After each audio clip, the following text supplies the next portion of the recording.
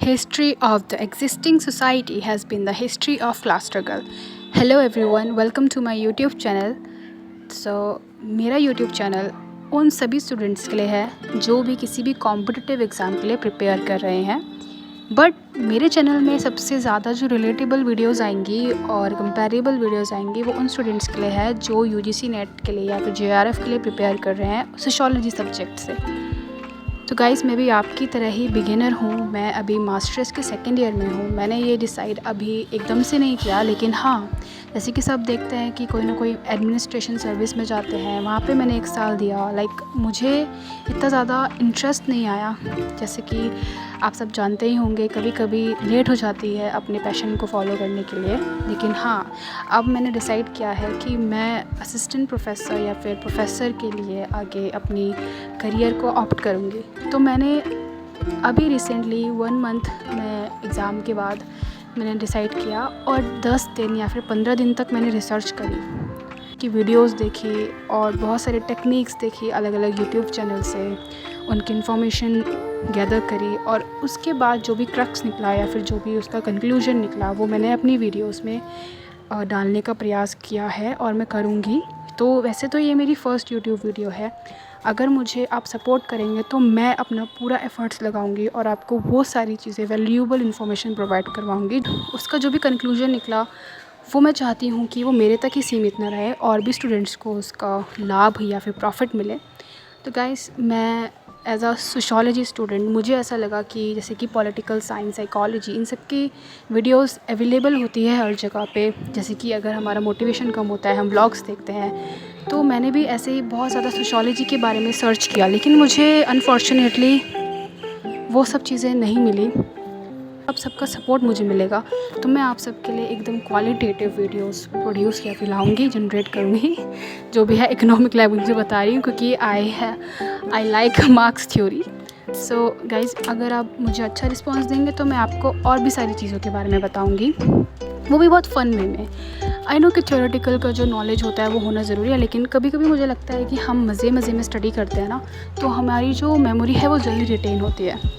अभी मैं आपको अपनी कुछ इम्पॉर्टेंट टिप्स दे देती हूँ, टिप्स आपको प्रोवाइड कराती हूँ, जो कि है मैंने जो रिसर्च करने के बाद ऐसा अपने 10 दिन में देखा।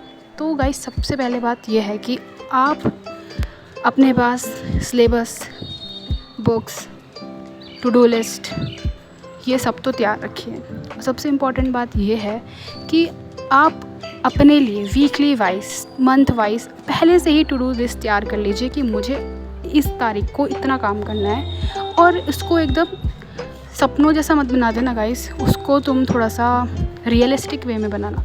अगर तुम हर दिन में 2 ही घंटे दे पा रहे हो या फिर 4 घंटे दे पा रहे हो तो उसी टाइप के हिसाब का टॉपिक रखना। क्योंकि कभी कभी क्या होता है कि स्टार्टिंग में थिंकर्स पढ़ते वक्त हमें थोड़ा बोरियत आती है और वो बहुत ज़्यादा हेक्टिक हो जाता है। तो इसीलिए गाइस, अगर हम एक दिन में 2 थिंकर पढ़ेंगे तो वो ज़्यादा इफेक्टिवली पढ़ पाएंगे और हमारे माइंड को बर्डन कम लगता है। सबसे इम्पॉर्टेंट बात यही है।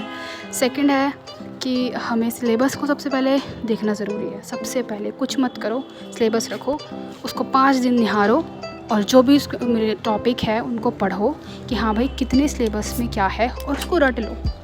क्योंकि आपको तभी पता चलेगा कि मेरे सिलेबस में क्या है, मुझे किस में ज़्यादा फोकस करना है।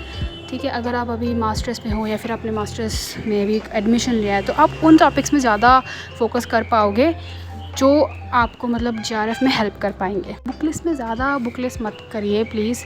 अगर आपको बुक पढ़ना पसंद नहीं है या फिर आप मेरी तरह हो कि आपको बस इन्फॉर्मेशन, फैक्ट्स मतलब मज़े मज़े में याद करना पसंद है, तो गाइज़ मैं यही सजेस्ट करूँगी कि आप लोग इग्नू की जो मटेरियल होते हैं उसको फॉलो करो बस, क्योंकि उसमें ऑथेंटिक इन्फॉर्मेशन ऑलरेडी प्रेजेंट होती है।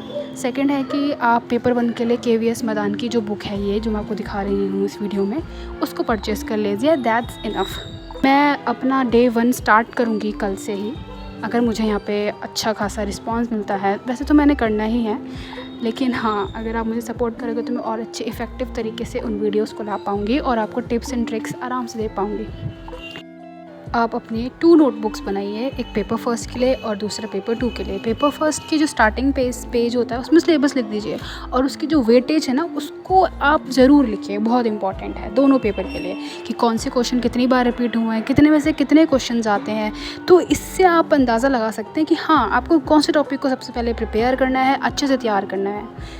ये बहुत इंपॉर्टेंट है क्योंकि हम अननेसेसरी इन्फॉर्मेशन को ग्रैब करने में अपना टाइम को वेस्ट करते हैं। तो गाइस, इसको फॉलो करना मत भूलिएगा।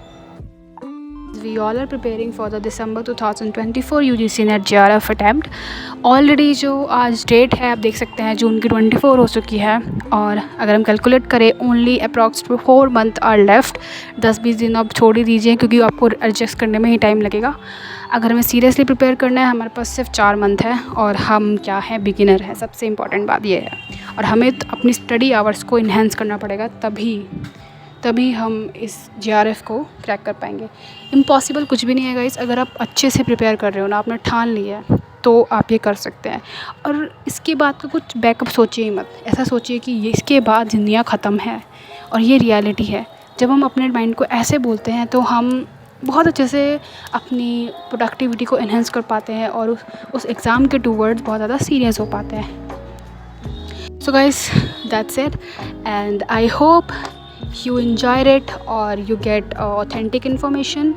Okay, thank you guys for listening me and giving me that much attention, as I don't know how much of you listening me. Guys, please support me, subscribe to my channel, like and share. Sayonara, मिलते हैं जल्द ही।